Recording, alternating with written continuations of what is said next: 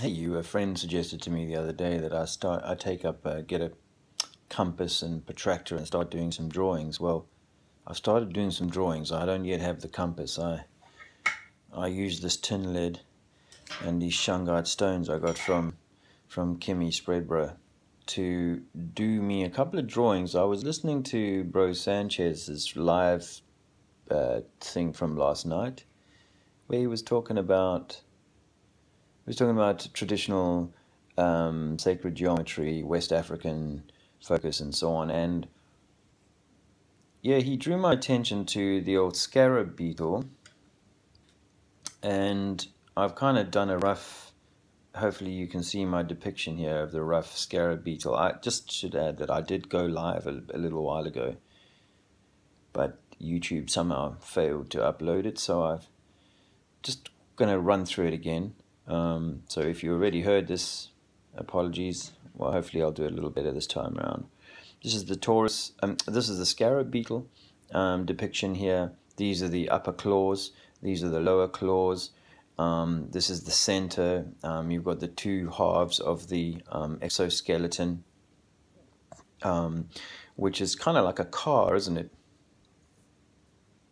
The traditional, so Bro Sanchez was saying he was drawing the parallel between the traditional torus field, as we often see it, like an apple, yeah, with the torus energy lines kind of coming out from the crown, the head somewhere, and going in at the bottom of the feet or the undercarriage, and that's the traditional torus field chakra energy kind of centers as we've been given them. And I'm kind of challenging that model because of what I saw when Bro was talking about the scarab beetle. It made me think about the great work that guys are doing with what would you call it? It's a dipole system with two very powerful but opposite magnets, that are ball magnets that are kind of like this. And when you put them together, you create like a sort of energy center. And inside of this energy center, you can create incredible shapes. If they put iron balls in there, they can make sacred geometric patterns, the tree of life shapes from the energy field that's created between these two magnetic. So that's how I was thinking of this. When I looked at the scarab beetle, I'm thinking, well, there's the two energetic centers, and this is your midline. So if I bring you over to my Arab, which is your scarab, just a scarab is an Arab, and the upper energy center, which would be the throat chakra and the crown chakra, there must be one other. Is it the third eye? Anyway, you got 3 above and 3 below, and the heart chakra, green chakra in the center. And this is a variation on this because it actually creates 2 sort of torus wheels, one at the top and one at the bottom. This one is nourished and fed by the positive energy that is coming from the positive ions that are coming from above, from the roof, from the sun. And this one is nourished, this lower half is nourished by the negative ions that are coming up from the earth. I really did a good job in the earlier live of kind of then reconnecting this to the idea that actually the heart, the green energy, is firing out sideways and is nourishing or being nourished by the ether, by the energy fields around us. And actually, this is how we nourish one another or hurt or harm ourselves collectively, is by the energy that we are emitting from the heart chakra.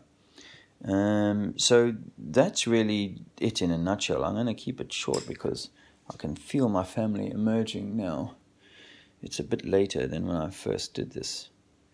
I'm sorry I lost that first lot, but this is going to be hopefully spark some conversation, and I will, you know, through the Truth Talks and other avenues, be looking to do some interviews with certainly some of the English heavy hitters in the flat earth and truth movements. Maybe talk about this as well, you know, and how our Arab might actually have not one Torus like a cut-through apple, as I've often described it, but actually two wheels, and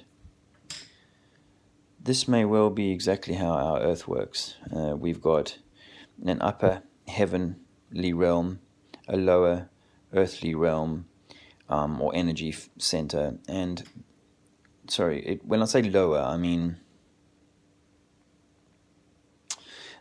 below what we know as Earth. This is what we know as Earth, this pencil, and we don't get above or below the confines of this pencil, whether it be by our fake spacecraft or by our drills that go below. So we don't really know anything outside of this pencil.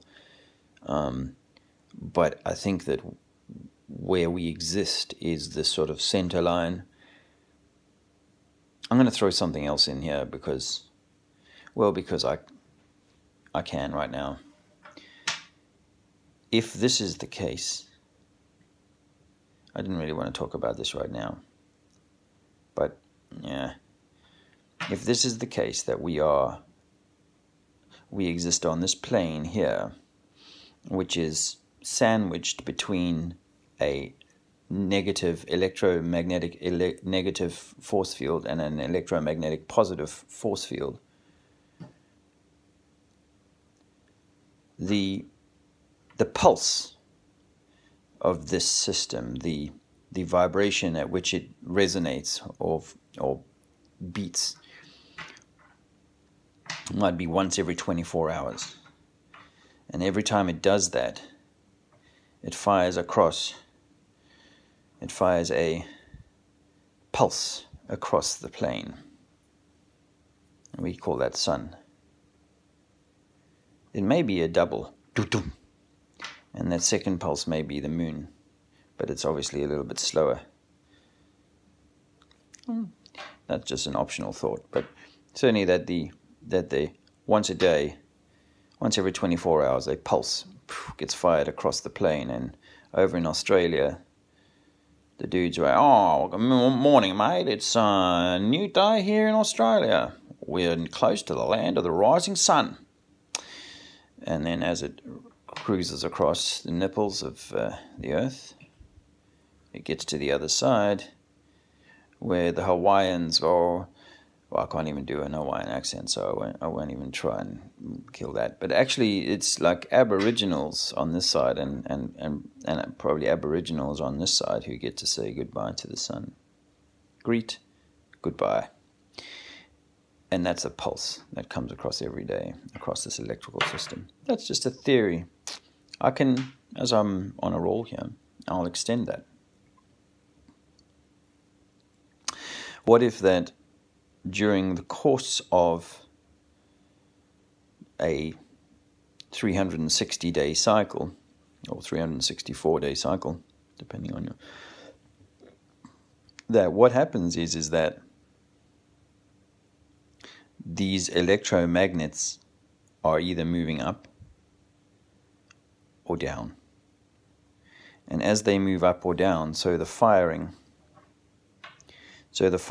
is either lower or higher,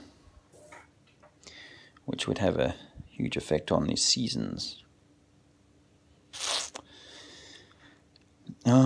Yeah, so that was just a few thoughts that I thought I'd throw into the ether, see what comes back. I hope this one manages to save, and that my artwork is clear enough.